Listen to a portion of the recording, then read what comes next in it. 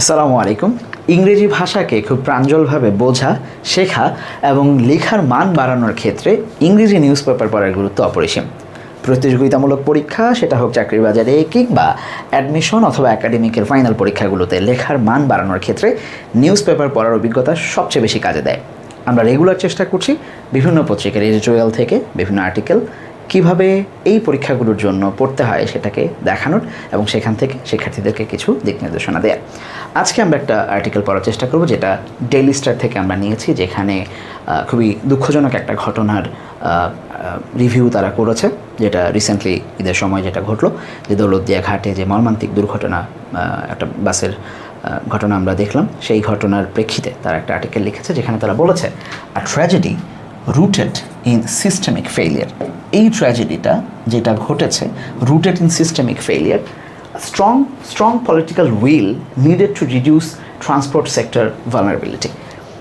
এই আর্টিকেলটা শুধু যে আমরা পড়ার জন্য পড়ছি বা জানার জন্য জানছি সেটা না, আসলে এই ক্ষেত্রে আমাদের সরকারের পাশাপাশি জনগণের ঠিক কী কী করা সেই ব্যাপারগুলোকে আমরা আজকে একটু দেখার চেষ্টা করবো, আমরা এটাকে আমাদের জীবনমুখী করার চেষ্টা করবো আমরা।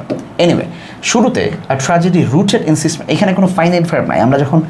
আমি এই পাশে ইচ্ছা করে আরও কয়েকটা হেডলাইন রাখছি, যেগুলো তো আসলে খুব বেশি কোনোটাতে ফাইনাইট ভার্ব দেখতে পাচ্ছি না। Government bus NGO lower rates, তারপরে middle east war, global economic fall out, black flag, independence and its discontent. So usually আমাদের মনে থাকার কথা, যখন আমরা এইচএসসি লেভেলে ছিলাম, বিশেষ করে যারা এখন এইচএসসিতে আছে তারা এটা খুব ভালো করে রিলেট করতে পারবে, বা আমরা যারা চাকরির বাজারে জন্য রেডি হচ্ছি তাদের সবারই এইচএসসি সময়টাতে ফ্লো চার্ট থাকার কথা। সো ওইখানে একটা স্টাইল ছিল যে বাক্য যদি জিরান দিয়ে শুরু হতো, ফ্লো চার্টের বাকি অংশগুলোকে আমরা জিরান দিয়েই করতাম। যদি পার্টিসিপল দিয়ে শুরু হতো ভার্ব 3, আমরা সেগুলোকে নন ফাইনাইট পার্টিসিপল দিয়েই করতাম। যদি ইনফিনিটিভ দিয়ে বাক্য শুরু হতো 2 + ভার্ব 1, সেগুলোকে আমরা করতাম ইনফিনিটিভ হিসাবেই করতাম। বা যদি ভার্ব দিয়ে শুরু হতো ফাইনাইট, তাহলে আমরা ফাইনাইট ভার্ব দিয়ে আগাইতাম। কিংবা একটা নাউন দিয়ে শুরু হলে আমরা বাক্যের প্রত্যেকটা ফ্লো চার্টকে 5টা যে এক্সট্রা লিখতে হতো আমরা সেভাবে আগাইতাম। ইউজুয়ালি আমি যখন বাচ্চাদেরকে এখন এইচএসসিতে ফ্লো চার্ট পড়ে, আমি ফ্লো চার্ট পড়ানোর প্রথম দিন তাদেরকে পেপারে নিয়ে আসি, এসে দেখাই যে দেখো এই যে tragedy rooted in systemic failure, এই রুটেডটা কোন ধরনের ট্র্যাজেডি, যেটা রুটেড ইন সিস্টেমিক ফেলিয়ার, এই নাউনটাকে মডিফাই করা, এটা একটা জাস্ট পার্টিসিপল হিসাবে, অ্যাডজেক্টিভ হিসাবে কাজ করতেছে। এই বাক্যে কোনো ফাইনাইট ভার্ব এই মুহূর্তে দেখতে পাচ্ছি না, বাট বাক্যটা ছিল একটা কমপ্লেক্স সেন্টেন্স। কেমন? It is a tragedy which, এইখানে একটা ক্লজ মেকার যুক্ত হয়েছিল, which is rooted in systemic failure. Now আমরা দেখতে পাচ্ছি এইখানে ইজ রুটেড ভার্ব হয়ে গেছে, ক্লজ মেকার আছে উইজ, এইখানে ইজ হচ্ছে আরেকটা ফাইনাইট ভার্ব ছিল। অলওয়েজ আমরা জানি যে একটা ক্লজ মেকার দুইটা ফাইনাইট ভার্ব যখন যুক্ত হয় বাক্যটা একটা কমপ্লেক্স সেন্টেন্স হয়। হ্যাঁ, কমপ্লেক্স সেন্টেন্স হয়। বাট এখন এটাকে হেডলাইন বানানোর জন্য ওই গ্রামাটিক্যালের ধারতে হয় না, খুব নর্মালি একটা ফ্লো চার্টে আমরা যেরকম করে হেডিং লিখতাম সেইভাবে এটা চলে আসে খুব সাধারণভাবেই। আচ্ছা, তারপরে কথাটা বলছে যে strong political will needed to reduce transport sector vulnerability. Transport সেক্টরের যে অবস্থাটা, যে দুরবস্থা, এইটাকে কমানোর জন্য, রিডিউস করার জন্য আমাদের একটা স্ট্রং পলিটিক্যাল উইল দরকার ছিল, ডেমনস্ট্রেশন দরকার ছিল, ডিটারমিনেশন দরকার ছিল। এই রিভিউটাই তারা এখন করবে। ডেইলি স্টার রিভিউ করছে দৌলতদিয়া ঘাট বাস ট্র্যাজেডির উপরে। আমরা যাচ্ছি ভেতরে। ইট ইজ টেম্পটিং, আমি আগে একটু পড়ার চেষ্টা করব, অর্থ বোঝানোর চেষ্টা করব, পাশাপাশি গ্রামারগুলোকে দেখানোর চেষ্টা করব।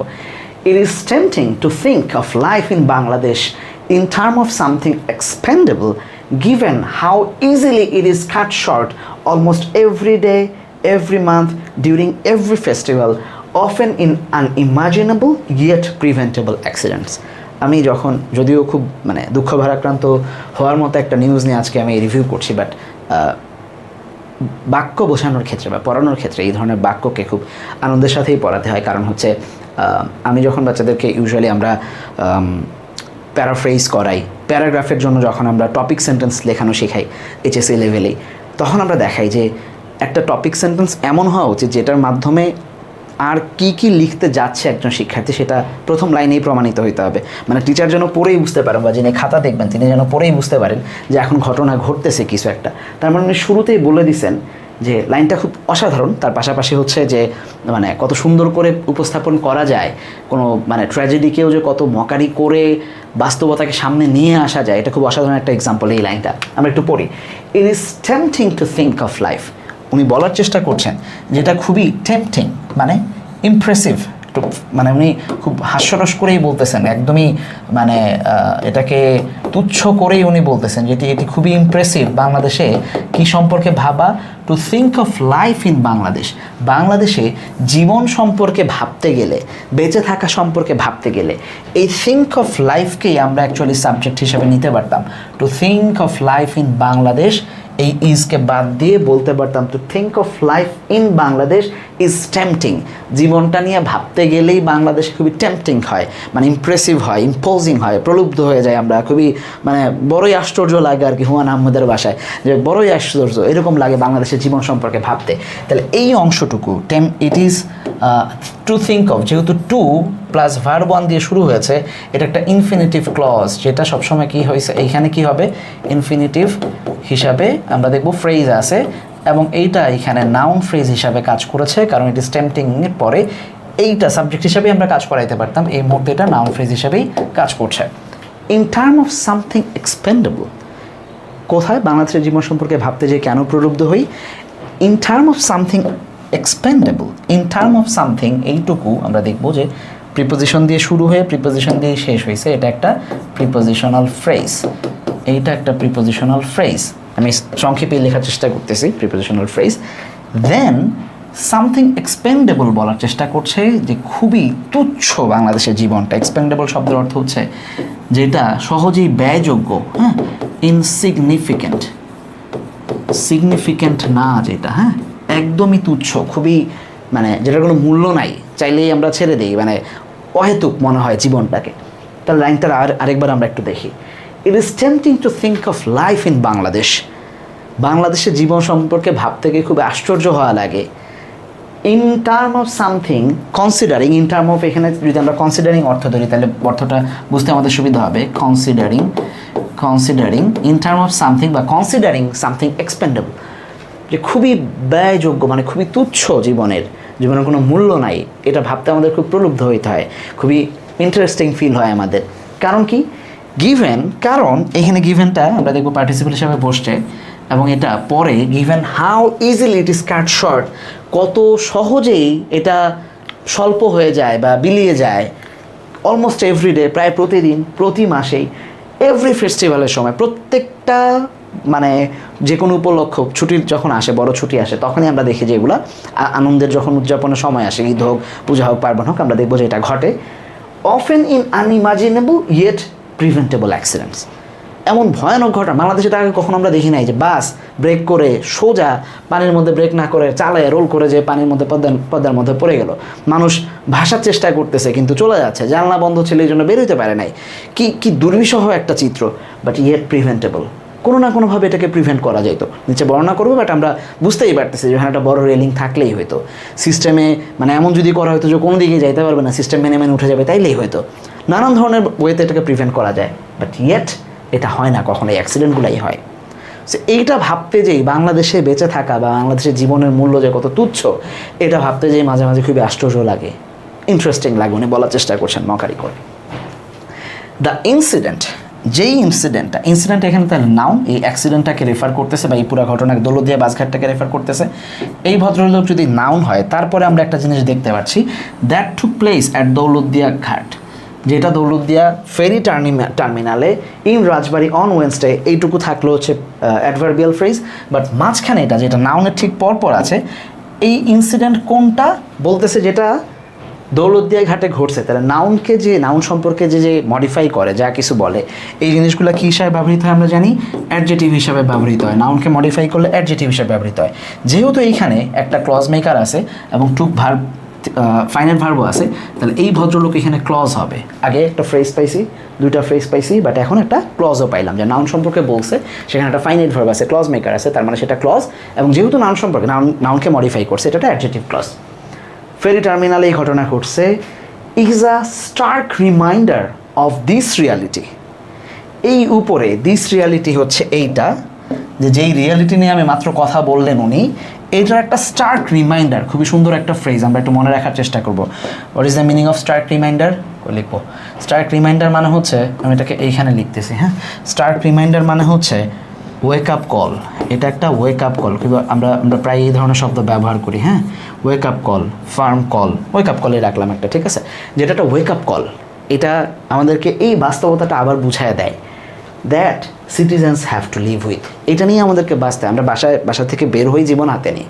এটা আগে আমি যখন ব্যক্তিগতভাবে ছোট ছিলাম, আমার বাবা যখন বাইরে যেতেন, হরতাল টরতাল অনেক বেশি হইতো বাংলাদেশে তখন, ব্যাক ইন 1999 অথবা 2000-এর শুরুর দিকে। সো আমরা এটা ধরেই নিতাম, তখন ফোনের যুগ ছিল না, আমাদের কাছে অ্যাভেলেবল ছিল না, অ্যাটলিস্ট মিডল ক্লাস ফ্যামিলিদের কাছে। তা আমরা ধরে নিতাম যে কোনো সময় একটা দুঃসংবাদ আসতে পারে, যে রাস্তায় বেরোয়েছে, মানে কোনো একটা কিছুতে অ্যাক্সিডেন্টে আমার বাবা নাও থাকতে পারে। এটা এই ট্রমা নিয়ে আমরা অনেকেই বড় হয়েছি। সো এখন এই ট্রমা ছাড়ে নাই, যেটা একটা স্টার্ক রিমাইন্ডার, একটা ওয়েক আপ কল, এটা একটা মানে রিয়ালিটি, হার্শ রিয়ালিটি, যে এই রিয়ালিটিটা নিয়েই বাংলাদেশের মানুষ বাঁচে, যে বাংলাদেশের জীবনের মূল্য খুবই তুচ্ছ। আচ্ছা, ইট ইনভলভড, এই ঘটনাটা ইনভলভড আ বাস, এইটা একটা বাসকে নিয়ে ঘটনা। তাহলে এই বাস এখানে নাউন হিসাবে বসছে, যেইটা ক্যারিং অ্যাটলিস্ট 40 প্যাসেঞ্জার্স। এইটা ক্যারিং, বাসের ঠিক পরপর আইএনজি আসছে, ভার্ব আইএনজি দুইভাবে বসে। যদি সেটা নন ফাইনাইট থাকে, হয় সেটা জিরান্ড হিসাবে বসে অথবা সেটা পার্টিসিপল হিসাবে বসে। যদি জিরান্ড হিসাবে বসে তাহলে তাকে নাউনের কাজ করতে হয়, যদি পার্টিসিপল হিসাবে বসে তাহলে তাকে অ্যাডজেক্টিভের কাজ করতে হয়। আমরা দেখছি যে বাস হচ্ছে একটা নাউন, ঠিক তার পরপর বসছে। বাসটা কেমন ছিল তার দোষগুণ অবস্থা বর্ণনা করছে, যে সেই অবস্থাটা কি 40 জন প্যাসেঞ্জারকে ক্যারি করছিল। নাউনকে যে বর্ণনা করে তাকে আমরা অ্যাডজেক্টিভ বলি, যেই অ্যাডজেক্টিভ ভার্ব ওয়ান আইএনজির মতো করে বসে তাকে আমরা কি বলি, পার্টিসিপল বলি। ওকে, তাহলে এই অংশটুকু পুরোটা যেটুকু দাগ দিলাম, এটা একটা পার্টিসিপল ফ্রেজ, যেটা এখন অ্যাডজেক্টিভ ফ্রেজ হিসাবে ব্যবহৃত হচ্ছে, যেহেতু এখানে কোনো ফাইনাইট ভার্ব নাই। ভুরি উদাহরণ এগুলো অ্যাডমিশনে এবং পরবর্তীতে চাকরির পরীক্ষাগুলোতে কিন্তু আমরা এই ধরনের বাক্যকে পাই। আচ্ছা, দ্যাট রোল্ড অফ, যেটা পড়ে গিয়েছে, একটা ferry pontoon, rolled off a ferry pontoon. একটা পন্টুন তো আমরা বুঝি ঘাটে যে জিনিসগুলো বাঁধা থাকে, যেটার উপর দিয়ে সাধারণত পার হওয়ার জন্য ব্যবহৃত হয়, সেই পন্টুনের উপর দিয়ে সেটা রোল করে পড়ে গেছে। Before plunging into the Padma as onlookers watched in horror. এইটা আমরা চাইলে এখানে ব্যবহার করতে পারতাম, আমরা এইখানে পারফেক্ট টেন্সের ব্যবহার খুব ভালো করে করতে পারতাম। It had rolled off before it plunged, তাহলে এখানে বিফোরের আগে হ্যাড প্লাস ভার্ব 3 বসতো, এখানে হচ্ছে আমরা ভার্ব 2 বসাইতে পারতাম। প্লাঞ্জিং শব্দের অর্থ কি, ডাইভ দেয়া, প্লাঞ্জড ব্যবহার করতাম। এই প্লাঞ্জিং শব্দটার সাথে এইচএসসির বাচ্চারা খুব পরিচিত হওয়ার কথা, যারা ব্রোজেন দাস পড়ছি। ব্রোজেন দাস পানিতে ডাইভ দিছিলেন ইংলিশ চ্যানেল সুইম করার সময়, তো এই প্লাঞ্জ অ্যান্ড ওভার নামে একটা ফ্রেজ ছিল পুরো প্যাসেজের মধ্যে। সো খুবই পরিচিত শব্দ হওয়ার কথা আমাদের। তো পদ্মায় পড়ে যাওয়ার আগে সেই ওই ব্রিজটাকে মানে পন্টুনটাকে ক্রস করে ওভাররোল করে ফেলেছিল বা রোল অফ হয়েছিল, এবং আশেপাশের মানুষজন খুব ভীতি নিয়ে তাকায় ছিল সেখানে। While the exact cause of this tragic accident remains unclear, ঠিক কী কারণে এটা হয়েছে আমরা ভিডিও দেখে অনেকেই বুঝছি, যে পরে আমরা যেটা জানছি, বা উনি যখন লিখতেছেন তখন উনি জানেন না পুরোপুরি, আমরা যখন জানছি যে বাসের হেল্পার চালাচ্ছিল, সে হয়তো ব্রেক করতে যে অ্যাক্সিলারেটর চাপ দিয়ে দিছে এবং গাড়ি চলে গেছে সামনে। But unclear, there is little uncertainty about what became of most passenger inside a bus. Became of খুব অসাধারণ একটা ব্যবহার, প্যারাফ্রেজ করার সময় এগুলোকে আমরা খুব বেশি ব্যবহার করি। হ্যাপেন টু, বিকাম শব্দের অর্থ হচ্ছে হ্যাপেন টু, বিকাম অফ মানে হচ্ছে হ্যাপেন টু। হ্যাপেন টু না লিখে what happen to someone, what occur to someone, এটা না লিখে খুব সুন্দর করে আমরা একটা আলাদা ফ্রেজ ব্যবহার করলাম, সেটা হচ্ছে বিকেম অফ।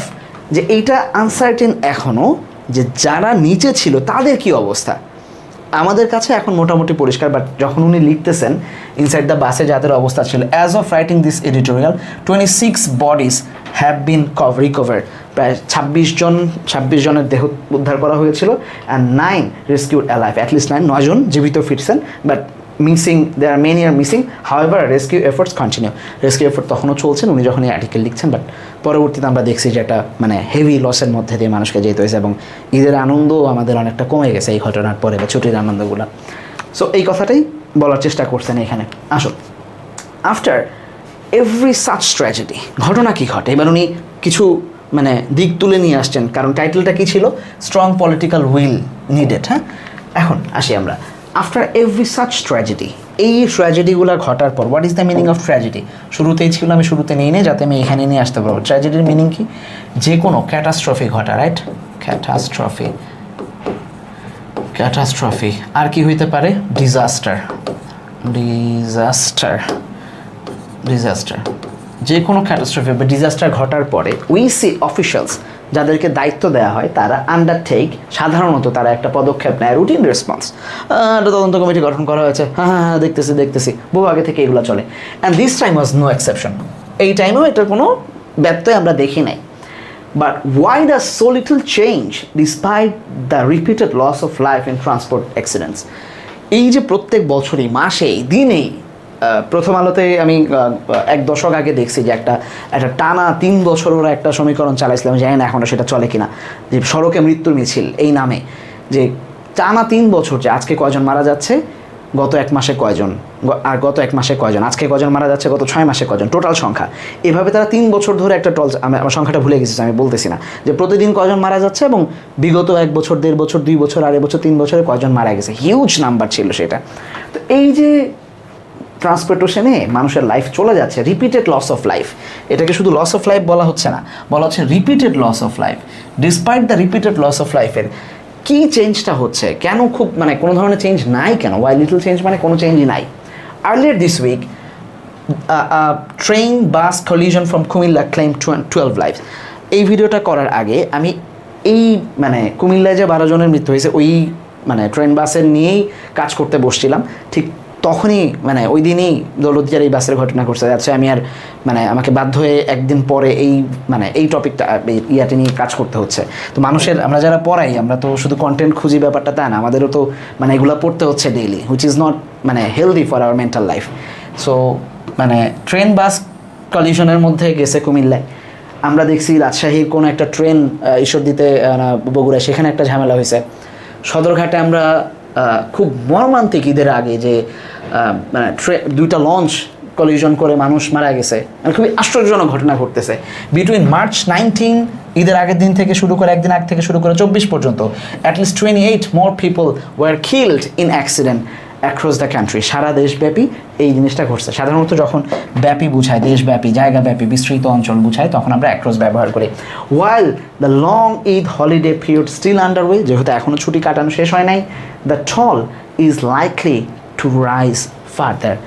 ধারণা করা যাচ্ছে বা আমরা আশঙ্কা করতেছি যে এই টলটা, এই ডেথ টলটাকে এখানে ডেথ টল বোঝাচ্ছে, ইজ কি হইতে পারে, two rise further, likely to rise further. Raise এবং রাইজেন নিয়ে আমাদের পরীক্ষার হলে সমস্যা হয়। রাইজেন, রেইজ, আরেকটা হচ্ছে রাইজেন। 3টা জিনিস নিয়ে আমরা প্রায়ই সমস্যায় পড়ি। রাইজ হচ্ছে অ্যারাইজেন, এই 3টা জিনিস নিয়ে আমরা অনেক সময় প্রবলেম করি। রাইজ হচ্ছে যেটা নিজেই, যেমন death toll is likely to rise, যেই জিনিসটা আছে এটা ইটসেলফ, এটা বাড়তে পারে এই ধরনের, ঠিক আছে, টু ইনক্রিজ বাই ইটসেলফ, হ্যাঁ, টু ইনক্রিজ ইটসেলফ, এই ধরনের অর্থে আমরা দেখব বসতে পারে, টু ইনক্রিজ ইটসেলফ। রেইজ কি, আমরা জুমে যখন ক্লাস নিই তখন বলি হ্যান্ড রেইজ করো, তার তোলা, টু লিফট সামথিং, কোনো জিনিসকে ওঠানো বা এই ধরনের অর্থে তুলে ধরা, উঠতে ব্যবহৃত। অ্যারাইজেন এটাও আমরা সাধারণত দেখবো যে ইন্ট্রানজিটিভ হিসাবেই বসতেছে যখন আমরা দেখবো যে কোনো জিনিস ইমার্জড, টু বি ইমার্জড, এই ধরনের অর্থে বসতে পারে, টু বি ইমার্জড। সো আশা করি যে এই ধরনের নিয়ম যদি আমাদের আসে, আমরা যেটা করব, সবসময় চেষ্টা করব যে যা পড়ছি, নতুন কিছু পড়ার আগে যা পড়ছি সেটাকে কোনো না কোনোভাবে মনে রাখার। তাহলে আসলে এইটুকুই নলেজ, বাদ বাকি সব কিছু আসলে পড়ি আমরা। What is both tragic and unconscionable is that such tragedies keep recurring, ওই যে আগেও বলছে repeated, keep recurring every year across roads, railways, waterways. এই বছর আনফর্চুনেটলি আমরা 3টাই দেখছি। বাই রোড অ্যাক্সিডেন্ট হয়েছে, ট্রেনেও অ্যাক্সিডেন্ট হয়েছে, বিশাল একটা সংঘর্ষ হয়েছে, এবং আমরা ওয়াটারওয়েজে, যেটা সদরঘাটের ঘটনাটা আমি একটু আগে বললাম যে ঈদের আগের দিন আমাদেরকে এই ধরনের দেখতে হয়েছে। সো এইখানে আমরা ট্র্যাজিকের অর্থ আগে পড়ছি, এখন এখানে একটা ওয়ার্ড পাচ্ছি, আনকনশনেবল। শব্দের অর্থ কি? এটা হচ্ছে আনফেয়ার কোনো জিনিস, জাস্টিফাই করা যায় না, যেটা আনজাস্ট। হ্যাঁ, আমরা কি লিখতে পারবো তাহলে? আনফেয়ার, আনজাস্ট, যেটা জাস্ট না, নৈতিক না, এমন দুঃখজনক। এবং আনফেয়ার হচ্ছে যে আমাদের প্রত্যেক বছর এই জিনিসটা কিপ রিক্যারিং। রাইট ফর্ম ভার্বসের নিয়ম অনুযায়ী আমরা কিপের পরে সাধারণত ভার্ব 1 আইএনজি ব্যবহার করি। রাইট ফর্ম ভার্বসের নিয়ম অনুযায়ী কিপের পরে সাধারণত ভার্ব 4 ব্যবহার করে থাকি নন ফাইনাল, কিপ রিকারিং। তার ঠিক আছে এটা। In most cases, they are rooted in human negligences enabled by systemic mismanagement in sector deeply influenced by political power play and mismanagement. বড় বাক্য, বাট এইটাতে পুরো থিমটা লুকায় আছে।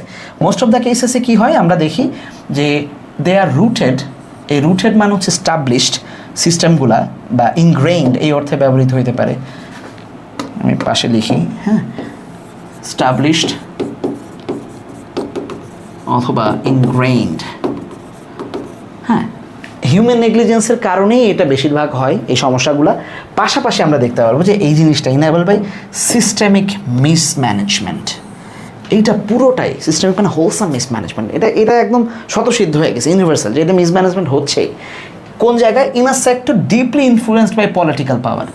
এই সেক্টরটা মানে বাস ট্রান্সপোর্টেশনের সেক্টরটা, আমরা যারা একটু বড় হয়ে গেছি তারা আমরা বুঝি যে একসময় শাহজাহান খান নামে এক ভদ্রলোক ছিলেন, কিছুতে কিছু না হলেই রাস্তা আটকায় ফেলতেন, বাচ্চাদের উপর দিয়ে গাড়ি চলে গেছে সড়ক আন্দোলনের সময়, উনি বলছেন আল্লাহর মাল আল্লাহ নিয়ে গেছে, এই ধরনের কথা শুনতাম, এবং কোথায় আছে তারা এখন জানি না। সো এই সেক্টর এতটাই পলিটিক্যালি মানে অকুপাইড এবং মানে এমনভাবে পলিটিক্স এটার মজায় মজায় ঢুকে গেছে যে এই সেক্টর নিয়ে কোনো কাজ করা সম্ভব হচ্ছে না। আনফর্চুনেটলি, মানে লাইনটা বোধহয় এইটাকেই মানে প্রমাণ করে দেয়, মানে পক্ষে যায় এটা। Unfortunately not even the non political interim গভর্নমেন্টও was able to fix this. এরাও এটাকে ঠিক করতে পারে না। ইন্টারিম যখন আসছে তখন আমরা শুনছি ঢাকার প্রত্যেকটা রুটে আলাদা আলাদা সরকারি বাস চালু হবে, যাতে করে আমাদেরকে ভিআইপিতে উঠতে হবে না, ঠিকানায় উঠতে হবে না, যাত্রাবাড়ির বাসে উঠতে হবে না, তারপরে হচ্ছে 32 নম্বর, 8 নম্বর, 16 নম্বরে উঠতে হবে না, ঠিক আছে। বাট আলটিমেটলি দেখছি ওই একই জিনিস, এবং এটা প্রমাণ করে যে এটা ফিক্স করতে পারে না। হুইচ শোড, এটাই প্রমাণ করে যে how dysfunctional this sector has become. ঠিক আছে, কি শো করে? হোয়াট ইট শোড, এই হাউ এর পর থেকে যা আছে, আমরা অনেক সময় মনে করি হোয়েন, হাউ, হোয়ার দিয়ে বাক্য শুরু এলেই বোধহয় অ্যাডভার্বিয়াল ফ্রেজ হয়, কিন্তু এই ক্ষেত্রে আমরা দেখবো ইট শোড, কি শো করে? এই যে হুইচ শোজ, এইখানে যদি এটা ভার্ব হিসাবে থাকে, একটা ফাইনাইট ভার্ব, এই ভার্বটা ঠিক অবজেক্ট হিসাবে এইটুকু বসতেছে। দ্যাট মিনস আমরা চাইলে এটাকে ইট দিয়ে রিপ্লেস করতে পারি। ইট শোড দিস, বা এই ইট দিয়ে রিপ্লেস করা যাচ্ছে, অর্থাৎ এটা অবজেক্ট হিসাবে ব্যবহৃত হয়েছে। দ্যাট মিনস এই ভদ্রলোক নাউন ক্লজ হিসাবে ব্যবহৃত হয়েছে, কারণ সাবজেক্ট বা অবজেক্ট হিসাবে একমাত্র নাউন ক্লজই ব্যবহৃত হতে পারে। তাহলে এটা বোঝায় যে কতটা dysfunctional. What is the meaning of dysfunctional মানে হচ্ছে যেটা অ্যাবনর্মাল। হ্যাঁ, অ্যাবনর্মাল, কোনো একটা নর্মাল নাই, এটার কোনো সিস্টেম নাই। হ্যাঁ, এমনভাবে যাচ্ছে যেটার কোনো সিস্টেম নাই, এটা ম্যালফাংশনড। ঠিক আছে, মালফাংশন, যেটা ফাংশন করতেছে না, ম্যালফাংশনিং। হ্যাঁ, এই ধরনের অ্যাবনর্মাল, ম্যালঅ্যাডাপটিভ, এই ধরনের কথা আমরা ব্যবহার করতে পারি। এটা পুরোটা ডিসফাংশনাল হয়ে গেছে, যে যার মতো চলতেছে, শ্রমিক মানে মালিকরাই বা শ্রমিকরাই এরাই সব করতেছে আর কি। The pattern that follows every major accident is too familiar by now. এইটারই এক্সটেন্ডেড ভার্সন এখন বলতেছে, যেই প্যাটার্নটা ফলো হয় যে কোনো অ্যাক্সিডেন্টের পর কী হয়, আমরা এখন মানে বলার সাথে সাথে আমাদের মাথায় ঘুরতেছে। এইখানে আমরা দেখতে পাচ্ছি যে কোলনের ব্যবহার হচ্ছে। যখন কোনো উদাহরণ দেওয়া হয় একটা জিনিসকে প্রতিষ্ঠা করার জন্য, যখন আমরা উদাহরণ দিই, তখন আমরা সাধারণত পাংচুয়েশনের নিয়ম অনুযায়ী আমরা কী ব্যবহার করি? কোলন ব্যবহার করি। প্রথম কথা হচ্ছে কমিটি ফর্ম হয়। 2 নম্বরের কাজ হচ্ছে এরা একটা রিপোর্ট দেয়, সাবমিট করে তারা যে এই কারণে ঘটছে। তারপরে ঠিক আছে যে ইন্ডিভিজুয়াল কিছু মানুষজনের, ড্রাইভারে ধরা বলবে 2 বছরের জেল, হেল্পাররা ধরা বলবে, যদিও বাইচা ফিরে আর কি, আমি জানি না ওর কী অবস্থা, ধরা বলবে যে তোমার 6 মাসের কারাদণ্ড, 18-20 হাজার টাকা জরিমানা। ও 2 মাসেই পুলিশে কিছু টাকা পয়সা খাওয়ায় বের হয়ে যায়। Meanwhile powerful actors within the transport sector remain beyond accountability. তারা অ্যাকাউন্টেবিলিটির বাইরে থাকে। অ্যাকাউন্টেবিলিটি শব্দের অর্থ আমরা আগেও পড়ছি। অ্যাকাউন্টেবিলিটি মানে হচ্ছে রেসপন্সিবিলিটি নেওয়া, তাদের লায়াবিলিটির ঊর্ধ্বে থাকে। কেউ বলবে না যে ওই পন্টুনে এত ছোট বের কেমনে, ঠিক 1 ফিট দূরে নদী, পদ্মা নদীর মতো এরকম একটা সর্বনাশা নদী, সেই নদীর একটা পন্টুন কিভাবে মাত্র 1-1.5 ফিট হয়, যে চাকা গোড়া পড়ে যায়, সেটা কেন 6 ফিট হলো না, যে বাস বাড়ি খেলো ওইখানেই থাকবে, তারপরে হেল্পারের নামায় আমরা ঘাড়াইতে পারতাম। 1-1.5 ফিটের পন্টুন কেমন হয় যে গাড়ি এসে ওটা রোল ওভার করে পড়ে যায়? এই প্রশ্ন কেউ তুলবে না যে এই ঘাটে কে চাঁদা নেয়, কারা এটাকে এইভাবে রাখছে, দায়িত্বে কারা আছে, কারণ কানটান দিলেই তো বড় মাথা চলে আসবে। ঠিক আছে, এটাই হচ্ছে কারণ। অ্যাজ এ রেজাল্ট আমরা দেখব মিনিংফুল রিফর্ম নেভার ম্যাটেরিয়ালাইজড। কোনো দিন যেই উদ্দেশ্যে এই কাজটা করা হচ্ছে, কোনো দিন সেটা ম্যাটেরিয়ালাইজড হয় না। এটাকে আমরা কখনো ডেমনস্ট্রেটেড হইতে দেখি না, এস্টাবলিশড হইতে দেখি না, রিফর্ম হয় না। লিভিং, এইখানে লিভিং কী হিসাবে বসছে, আমরা ভার্ব 4 পাচ্ছি, এটাকে নন ফাইনাইট হিসাবে বসছে। চাইলে এখানে আমরা হুইচ ব্যবহার করতে পারতাম, কানেক্টরস ব্যবহার করে লিভস ব্যবহার করতে পারতাম, তাইলে আমরা দেখতাম যে এটা একটা কমপ্লেক্স সেন্টেন্সে পরিণত হতো। Which leaves this system vulnerable to repeat tragedies, এইখানেও আমরা ক্লজ ব্যবহার করে, ক্লজ মেকার ব্যবহার করে এটাকে আমরা ফাইনাইট ভার্ব করতে পারতাম। Which helps repeat, therefore it repeats the same tragedies, এরকম ব্যবহার হতে পারতাম। In the case of Daulatdia incident the probe body will probably identify definitive cause. যারা এই এই যে তদন্ত কমিটিতে আছেন, প্রোব বডি বলা হয় তাদেরকে, হ্যাঁ, তারা একটা হয়তো কজ আইডেন্টিফাই করবে, but it remain to be seen whether broader safety concern will be addressed. তারা সেইখানে ব্রডার সেফটি কনসার্নগুলোকে অ্যাড্রেস করবেন কি না, এটা একটা দেখার বিষয়। সম্পাদক বলার চেষ্টা করছেন passenger safety at ferry terminal, passenger যে সেফটিটা ফেরি টার্মিনালে থ্রো অ্যাডাকুয়েট রেইলিংস, এই যেটা আমরা বলতেছিলাম যে যথেষ্ট এনাফ রেইলিং দেয় না, সেটাকে দিবে কি না, হ্যাঁ, তারপরে হচ্ছে সেফ বোর্ডিং অ্যান্ড ডিসএম্বার্কিং প্র্যাকটিসেস, এগুলো হবে কি না, এই জিনিসগুলাই পুরাটাই কোনটাকে রিমেন করতেছে, এই যে প্যাসেঞ্জার সেফটি এই কথাটাকে, হ্যাঁ, এইখানে পুরাটাই এই যে অংশটুকু আমরা লিখলাম, এই অংশটাই প্যাসেঞ্জার সেফটিকেই বর্ণনা করতেছে, right? Passenger safety at ferry terminal এইটুকুই বর্ণনা করতেছে। এই জন্য আমরা দেখতে পাচ্ছি এইখানে ভার্বটা এসে হচ্ছে ডিমান্ডস, ভার্বটা সিঙ্গুলার হচ্ছে, যদিও ডিমান্ডসের আগে অনেকগুলো আছে, adequate railing, safe boarding and disembarking practice, তাহলে এখানে ডিমান্ড হওয়ার কথা ছিল, ভার্ব প্লুরাল হওয়ার কথা ছিল, কিন্তু এই ভদ্রলোকরা সাবজেক্ট হিসাবে বসে নাই।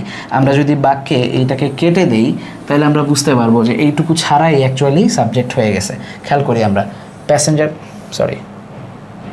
ভুল জায়গায় দাগ দিছি অ্যাকচুয়ালি, এইটুকু, হ্যাঁ, এইটুকু যদি আমরা বাদ দেই, এইটুকুকে বাদ দিলে যেটুকু দেখা যাচ্ছে, তার মানে passenger safety at ferry terminal demands urgent attention, যে প্যাসেঞ্জারদের সেফটি এই ওয়েতে সেটা আলাদা, এটাকে আমরা বাদ দিয়ে দিতে পারবো, এইটুকু খুবই জরুরিভাবে দেখা উচিত। So too does the chaotic environment, আমরা গ্রামারে খুব জরুরিভাবে আমরা গ্রামারে একটা জিনিস পড়ি, সেটা হচ্ছে ইনভার্সনের ব্যবহার এবং পজিটিভ নেগেটিভ অ্যাগ্রিমেন্ট নিয়ে আমরা পড়ি সাবজেক্ট ভার্ব এগ্রিমেন্টে, বা আলাদা ক্লাস থাকে আমাদের, হ্যাঁ, পজিটিভ নেগেটিভ এগ্রিমেন্ট। সেখানে আমরা দেখি এই যে সো ডাজের ব্যবহার, ইনভার্সন হয়, এটা স্বাভাবিকভাবে জোর প্রদান করে এবং এই জন্য অক্সিলারি সামনে আসে। কী ধরনের ব্যবহার হয়, যেমন আমি স্কুলে পড়ি, আই রিড ইন, আমি অমুক জায়গায় থাকি, I live in suppose Mohammadpur, Kalyanpur, what ever.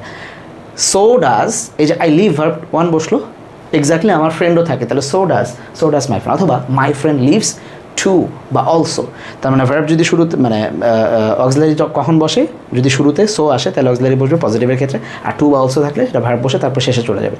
আর নেগেটিভের ক্ষেত্রে আইদার নাইদার বসে, যেখানে আই ডু ইট আইদার, আর নেগেটিভের ক্ষেত্রে I don't neither do I, এভাবে অক্সিলারি সামনে এসে নাইদার বসে, সো এবং নাইদার সামনে আসে, এটা হচ্ছে মূল আলোচনার ব্যাপার। সো এই যে রিটার্নের ক্ষেত্রে আমরা দেখলাম যে এই নিয়মটার ব্যবহার কিন্তু খুব অসাধারণভাবে এখানে করা হচ্ছে, যে সো ডাজ দ্য কেওটিক, উপরের এটা সেফটি তো দরকার, so does the chaotic environment at terminals, roads where vehicles race along narrow uneven approach, কারো যদি টার্মিনালে যাওয়ার থাকে ফেরিঘাটে, যে ছোট ছোট জায়গার মধ্যে বাঁকাবাকি করে কে কার আগে যাবে টানতে টানতে, হ্যাঁ, এইভাবে আগে যায়, এবং আনইভেন রোড অ্যাপ্রোচ, যেগুলো খুবই আঁকা বাঁকা, কম্পিটিশন টু বোর্ড ফেয়ার্স, ফেরিতে বোর্ড হওয়ার জন্য তারা এই কাজগুলো করে, এই জায়গাটাকেও কনসার্নের মধ্যে আনা উচিত। Accident risk in transportation sector cannot be mitigated on a piecemeal basis, খুবই অসাধারণ একটা ফ্রেজ, piecemeal basis, আমরা এগুলাকে একটা পিসমিল বেসিসে মিটিগেট করতে পারবো না। What is the meaning of piecemeal? খণ্ড খণ্ডভাবে, ইন পার্টস, হ্যাঁ, চাইলেও আমরা এই একটু একটু করে ইন পার্টস বা এরকম খণ্ড খণ্ডভাবে খণ্ডিত অবস্থায় এটাকে ঠিক করতে পারবো না। তাহলে কী করতে হবে? তাহলে কী করবো আমরা? What is required is a holistic assessment of risk. আমাদেরকে যেটা করতে হবে সেটা হচ্ছে একটা হলিস্টিক অ্যাসেসমেন্ট করতে হবে, একটা পূর্ণাঙ্গ রিস্ক ম্যানেজমেন্ট একটা অ্যাসেসমেন্ট আমাদেরকে করতে হবে, যেইটা এই রিস্ক অ্যাসেসমেন্ট অফ রিস্ক, এই অ্যাসেসমেন্টকে মডিফাই করতেছে হচ্ছে এই ভদ্রলোক, বা এই অ্যাসেসমেন্ট অফ রিস্ক পুরোটাকে মডিফাই করতেছে কোনটা? Followed by strict measure to resolve or reduce them. যেভাবেই হোক এই প্রবলেমগুলোকে, এই যে মানে ট্রান্সপোর্টেশন সেক্টরসের যে রিস্কগুলা, এইটাকে যেভাবেই হোক মানে এটাকে রিডিউস করতে হবে বা রিজলভ করতে হবে permanently, even if some actions call for heavy handed discipline of those within the sector. যদি এমনও হয় যে এই সংশ্লিষ্ট মানে খাতে বা ইয়াতে জড়িত ব্যক্তিদেরকে যদি খুব পানিশমেন্টও দিতে হয়, খুবই খুবই খর্বহস্ত, মানে এটাকে খর্বহস্তে আমাদেরকে আগাইতে হবে। The government must not shy away. এবং যেহেতু আমরা জানি যে এখানে পলিটিক্যাল লোকজন বেশি, সো এই জন্য গভর্নমেন্টকে বলতেছে must not shy away from such measure. এই ধরনের হেভি হ্যান্ডেড ডিসিপ্লিন নেয়ার ক্ষেত্রে তাদেরকে শাই অ্যাওয়ে করা যাবে না, কোনোভাবেই পিছপা হওয়া যাবে না।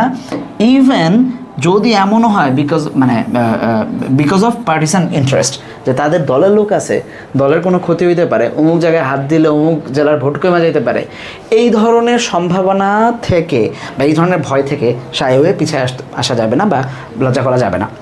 The safety of citizen should matter above all other consideration. সেফটিটা, সিটিজেনের safety, the safety of citizen should matter above all, সব কিছুর উপরে আদার কনসিডারেশন, অন্য যে কোনো কনসিডারেশনের উপরে এই জিনিসটাই কনসিডার করা উচিত।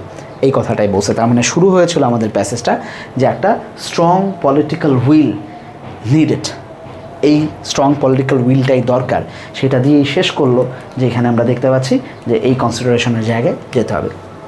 সো দ্যাটস ইট, এটুকুই আজ পর্যন্ত। ইনশাল্লাহ আমরা নেক্সট যে ভিডিওতে আমরা কথা বলবো, সেই ভিডিওতে আমরা চেষ্টা করবো যে এই জিনিসগুলো থেকে সামারি কীভাবে করা যায় সেটাকে আস্তে আস্তে অ্যাড করার ইনশাল্লাহ। তার আগ পর্যন্ত সবাই ভালো থাকবেন, সুস্থ থাকবেন। আসসালামু আলাইকুম।